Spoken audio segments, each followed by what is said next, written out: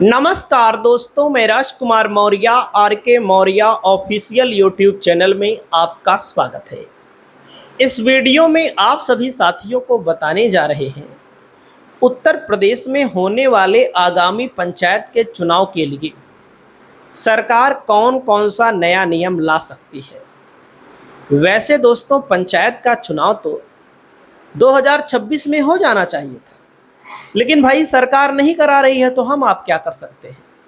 लोग supreme court जाते हैं, हाई कोर्ट जाते हैं। सुप्रीम कोर्ट, हाई कोर्ट वही करता है जो सरकार चाहती है। ये तो साफ हो गया। अब पंचायत का चुनाव नई सरकार जब बन जाएगी उत्तर प्रदेश में, चाहे योगी ही लौट कर आए या फिर समाजवादी पार्टी की सरकार बने या फिर बसपा की सरकार बने, जिसकी भी सरकार बनेगी उसी के बाद पंचायत का चुनाव होगा। तो नई सरकार में नए नियम और कानून लागू होंगे। जब लागू होंगे तो किन किन मुद्दों पर चर्चाएं सबसे ज़्यादा हैं पंचायत चुनाव के लिए नियम लागू को लेकर, इस वीडियो में आप लोग देखिए। सबसे पहले नया नियम लागू हो सकता है दोस्तों, जिला पंचायत अध्यक्ष का चुनाव जनता से होगा। जनता से होने का मतलब यह है कि आप सभी साथियों को मैं बता दूं, और आप सभी साथी जानते हैं, जनता से ना होने का फायदा बाहुबली उठा रहे हैं। और इस पंचायत चुनाव की प्रक्रिया में जिला पंचायत अध्यक्ष जो जिला पंचायत सदस्यों के द्वारा चुने जाते हैं, ये जनता की मर्जी से नहीं चुने जाते हैं।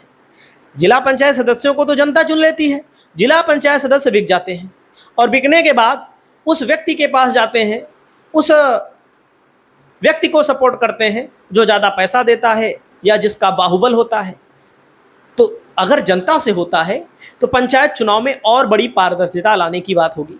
चाहे जिसकी सरकार रहे, ओम प्रकाश राजभर कह रहे थे कि भाई अमित शाह के पास गए हैं, अमित शाह के हाथ में है, केंद्र में जिसकी सरकार रहती है, गृह मंत्री चाहेगा तभी जनता से होगा।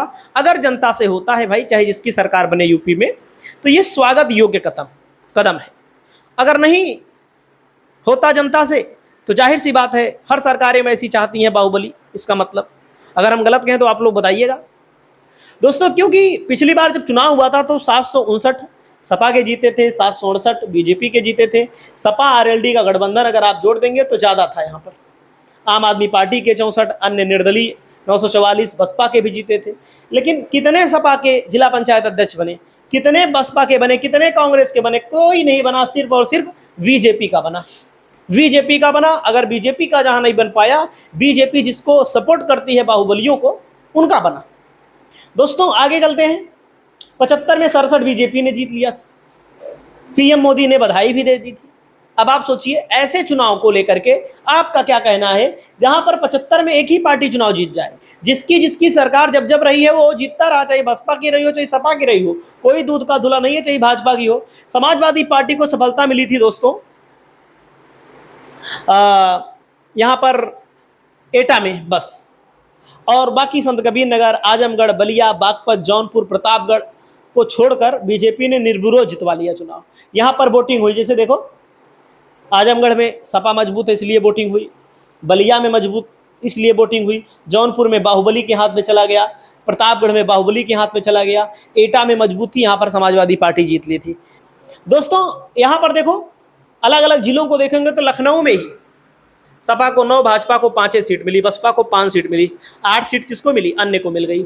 झांसी में 24 सीट है टोटल, 8 सीट भाजपा को, 8 सीट सपा को, 3 सीट बसपा को, 1 सीट कांग्रेस को, 4 अन्य को। इटावा में 24 में 9 सपा जीती, लेकिन तब भी जिला पंचायत अध्यक्ष नहीं बना पाई।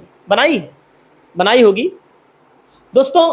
महोबा में, गोंडा में देख सकते हैं तो सपा हर जगह आगे थी।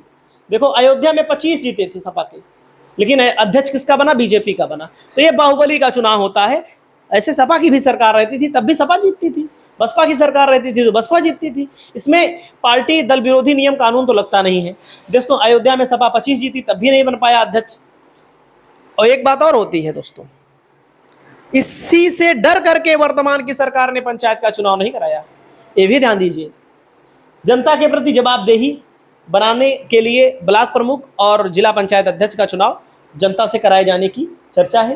क्षेत्र पंचायत अध्यक्ष मतलब ब्लॉक प्रमुख का भी चुनाव जनता से कराए जाने की चर्चा है।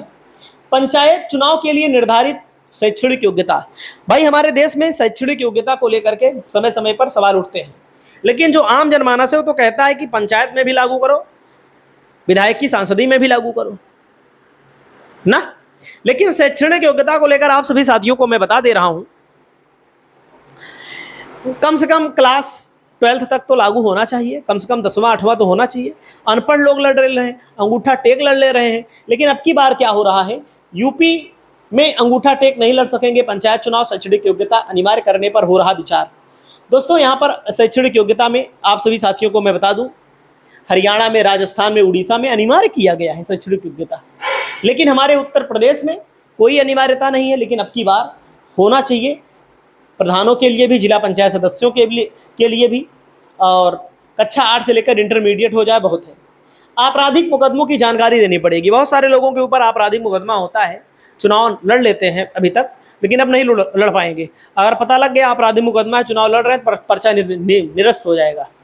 दोस्तों 2 बच्चों से कम वाले ही लड़ पाएंगे चुनाव। 2 बच्चों का मतलब है दोस्तों, आप सभी साथी जानते हैं भाई, बच्चे किसी के 2 हैं, किसी के 3 हैं, किसी के 4 हैं। ये नियम समय समय पर अलग अलग राज्यों में बदलता रहता है। जनसंख्या का सही नियंत्रण अगर सरकार करना चाहती है तो बच्चों वाला नियम लागू करना पड़ेगा। सही है कि नहीं? हर जगह लेकिन लागू हो।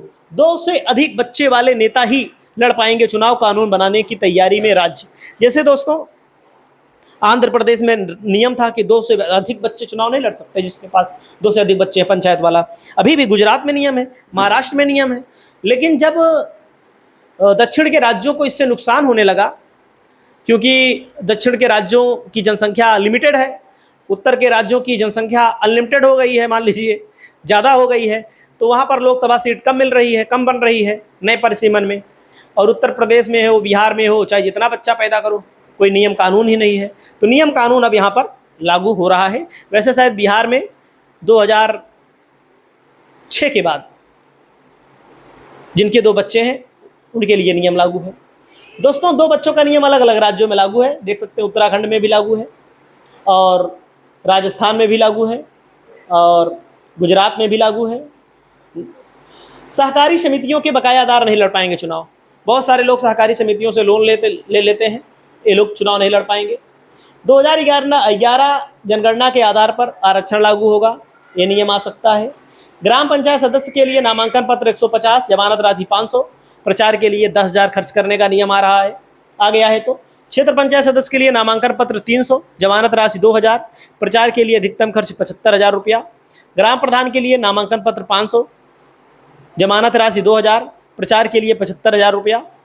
जिला पंचायत सदस्य के लिए नामांकन पत्र 500, जमानत की राशि 4,000, और प्रचार के लिए 1,50,000।